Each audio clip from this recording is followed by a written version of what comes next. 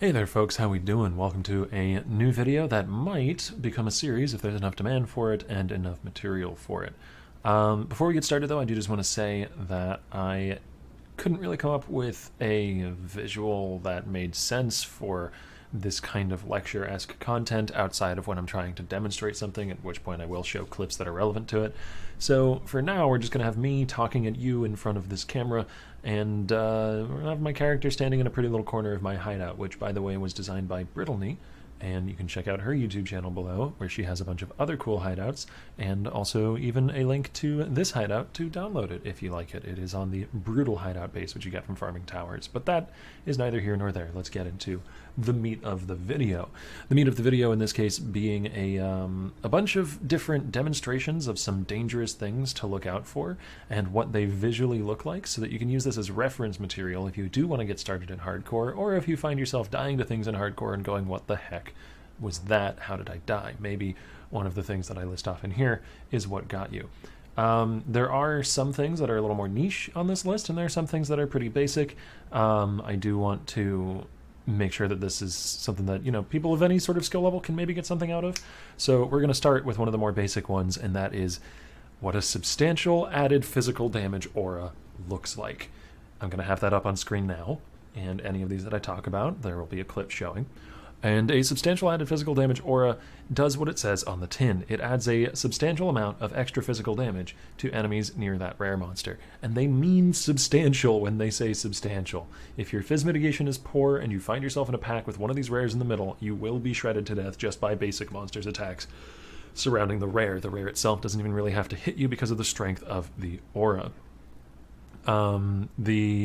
There are different variants of it as well. There's moderate and there's minor added physical damage, but they look very similar. Honestly, just try and keep your distance from any of them.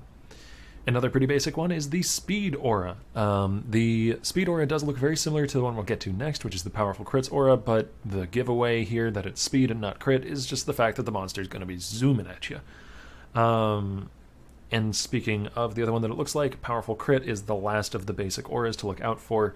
It looks similar to the speed aura with fewer spikes, if that makes sense. They all have these sort of rotating rhombus shape. You can see it on screen now. I'm not very good at describing it, but they will be demonstrated there for you to look at. Pause if you need to try and memorize what they look like.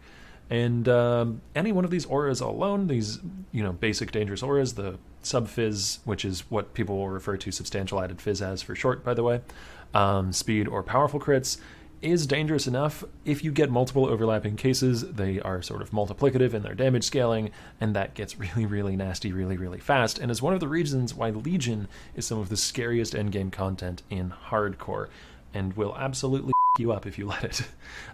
So be aware of the auras that you're breaking free from a side of a Legion, particularly if it's Templar or Eternal. I find those to be quite rippy. And, save your defensive skills for that. Or if you're playing traps or mines, try and burst them out as soon as they spawn. Or just don't break out the sub-fizz that's next to the powerful crits immediately if you can avoid doing so.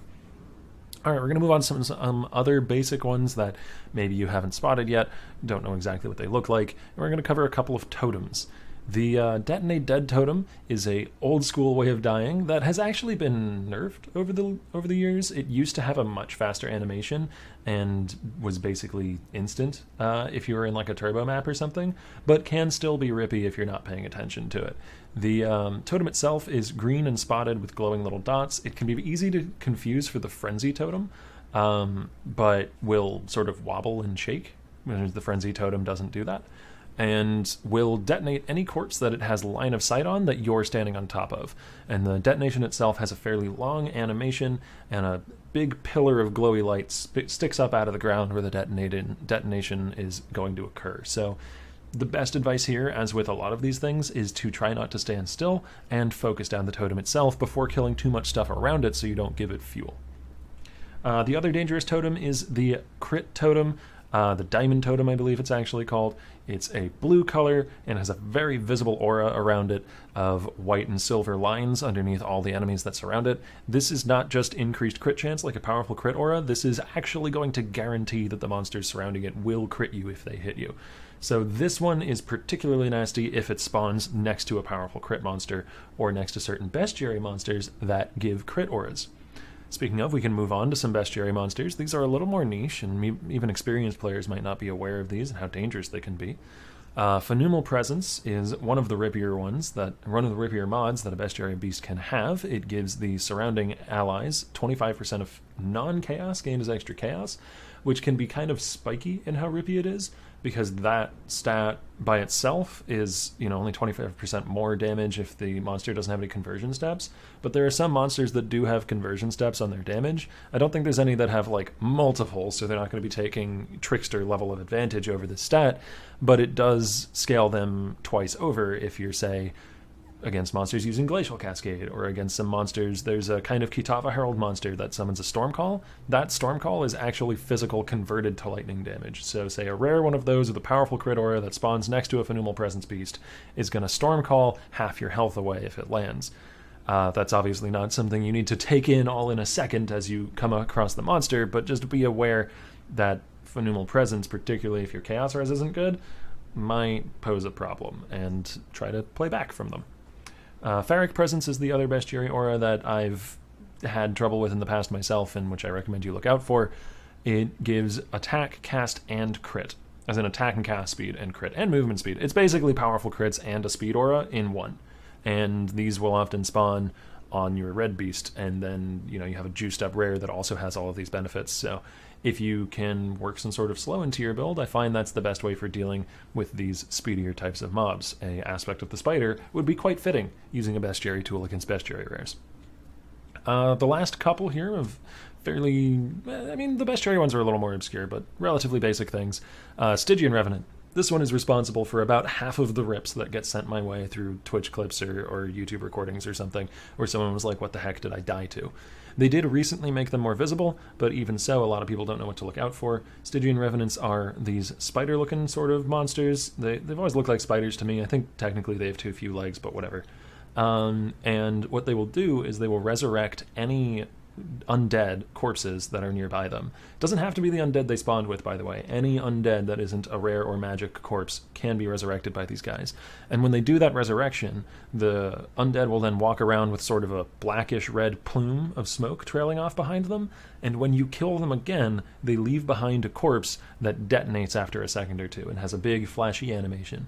So if a bunch of these all spawn in one spot, or, as one of the rip clips sent to me had happen, if you get a rare Stygian Revenant with the Fractured mod that then splits into 6 basic ones and they all res a bunch of undead, and then you kill all of those and you don't realize it, you can instantly die. It's basically the same as standing on top of a Detonate Dead strongbox, and we all know how dangerous those are. So the things to look out for are a big red circle that appears in the ground when they do their animation. They also splay their sort of arms, I guess, back. I don't know. I'm not an expert on the biology of fantastical creatures, but they splay their arms back. They to cast the resurrection spell, they target the ground with a red circle, and then, as I said, the undead themselves have little plumes of black and red smoke coming off of them. Honestly, it's also just good policy if you know Stygian Revenants are in the map or the zone to be very careful of any undead that you kill and look to see if corpse explosions are going to happen after they die. And the last of the basic ones is a little more niche because it's an Elder influence mob, but also is a lot less dangerous, just kind of annoying. Tentacle Fiends. They, as I said, are more of an annoyance than a really massive threat, but they do have an aura that will lower your action speed. And so unless you're a Juggernaut or something, I do kill these first, mostly out of spite, because they're very, very frustrating to deal with. A couple of special cases that are worth knowing if you're going to be doing some weird, or, I mean, Delve isn't that weird. If you're going to be doing some endgame off-Atlas content, the first one is a synthesis map-specific monster. It looks like a Porcupine Goliath, which I'm sure you're familiar with. If you're not, then you're probably familiar with them by the name Spikers. It's the giant porcupine dudes that explode and spray a nova of projectiles on death.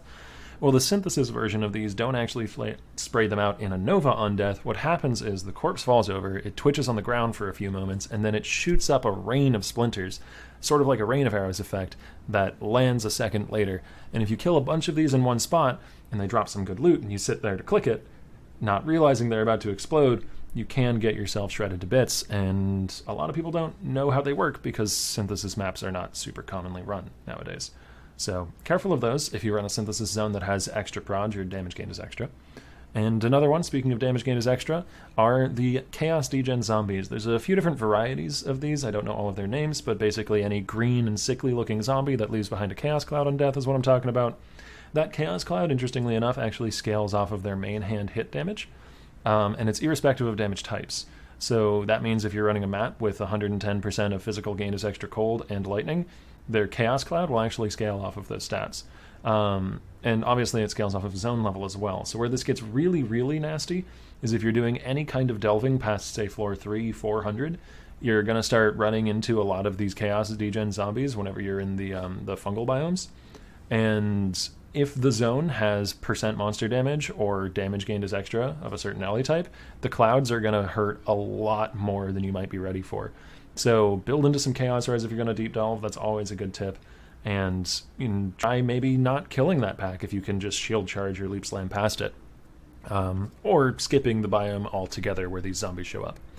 But yeah, that's about it for this first episode. Again, if you guys have suggestions on what you think might be good to add to this sort of content, what you think might be helpful to newer players who are trying to learn what to avoid, and if you have any rip clips that you want to send my way and ask me what the fuck you died to, I will try my best to try and solve it for you. But yeah, I thank you for watching, and I hope to see you in the next episode. Have a good one, everybody.